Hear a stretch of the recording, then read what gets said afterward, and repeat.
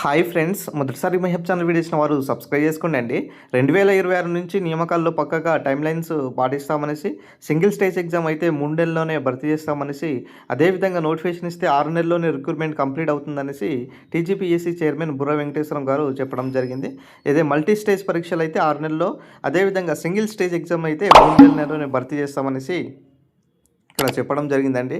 TGPSC కార్యంలో 77వ గణతంత్ర వేడుకలు ఘనంగా జరిగాయి. సో, ఈ కార్యక్రమంలో చెప్పడం జరిగింది. ఏదేదైనా సరే మరి వచ్చేటటువంటి నోటిఫికేషన్స్ ఏదైతే ఉన్నాయో, ఎస్పెషల్లీ 2026లో వచ్చేటటువంటి నోటిఫికేషన్స్ ఏదైతే ఉన్నాయో, మరి అన్నీ సంబంధించినటువంటి అదే మల్టిపుల్స్ ఉంటే ఎగ్జామ్స్ 6 నెలల్లో భర్తీ చేస్తాము. సింగిల్ స్టేజ్ ఎగ్జామ్స్ ఉంటే ఖచ్చితంగా అది 3 నెలల్లోనే ప్రక్రియ కంప్లీట్ చేస్తామనేసి కూడా స్పష్టంగా చెప్తుంది. సో, రీసెంట్గా టీజీపీఎస్సీ మనకు ఓటీఆర్ సంబంధించినటువంటి ఒక అప్డేట్ అయితే రావడం జరిగిందండి. ఆ ఓటీఆర్లో ఎడిట్ ఆప్షన్ కూడా ఇవ్వడం జరిగింది. ఆ ఎడిట్ ఆప్షన్ పూర్తి చేసుకున్న తర్వాత మళ్ళీ ఎగ్జామ్స్ సంబంధించినటువంటి నోటిఫికేషన్స్ మరి ఇవ్వాలనేసి కూడా ఇప్పుడు ప్రభుత్వం అయితే భావించడం జరుగుతుంది. ఏదైనా సరే నోటిఫికేషన్స్ విషయంలో ప్రభుత్వము మరి ఇక్కడ సానుకూలంగా ఉన్నది కాబట్టి ఖచ్చితంగా మరి 2026లో నోటిఫికేషన్ ఇస్తామనేసి కూడా ఇక్కడ స్పష్టంగా చెప్పడం జరిగింది. ఇక్కడ అదేవిధంగా ఇక్కడ గ్రూప్ 1 ఎస్పెషల్లీ గ్రూప్ 1లో దాదాపుగా మనకు 200 నుంచి 300 వరకు వచ్చే అవకాశం ఉంటుంది. తర్వాత గ్రూప్ 2 కనుక చూసుకున్నట్లయితే 800 నుంచి 1000 పోస్టులు కూడా ఎక్స్పెక్ట్ చేయవచ్చు.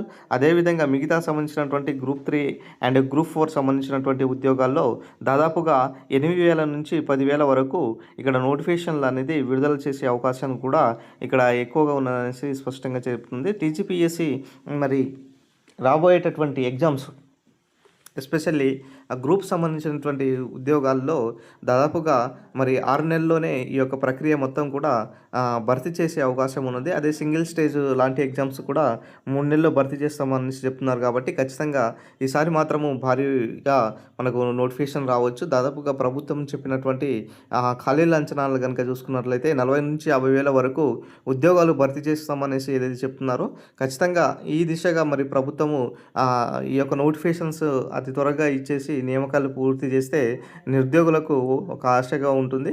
సో, ఎందుకంటే ప్రభుత్వం వచ్చి దాదాపుగా 2.5-3 ఇయర్స్ అవుతున్నా కూడా మన నోటిఫికేషన్స్ జాప్యం జరుగుతుంది కాబట్టి ఇప్పటి నుంచే నోటిఫికేషన్స్ ఇచ్చినట్లయితే ఖచ్చితంగా ప్రభుత్వానికి మరి ఇంకా సానుకూలంగా ఉండేటటువంటి అవకాశం ఉన్నది కాబట్టి సో, ఇక్కడ ప్రభుత్వం ఒక ఆలోచించాల్సినటువంటి విషయం ఏంటిదంటే నోటిఫికేషన్స్ను తక్షణమే విడుదల చేయాలి.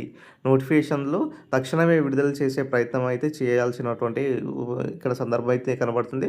ఖచ్చితంగా ఈ దిశగా మనకు 2026 నుంచి మన నియామకాలకు సంబంధించినటువంటి నోటిఫికేషన్ అయితే యథావిధిగా వచ్చే అవకాశం ఎక్కువగా కనబడుతుందన్నమాట.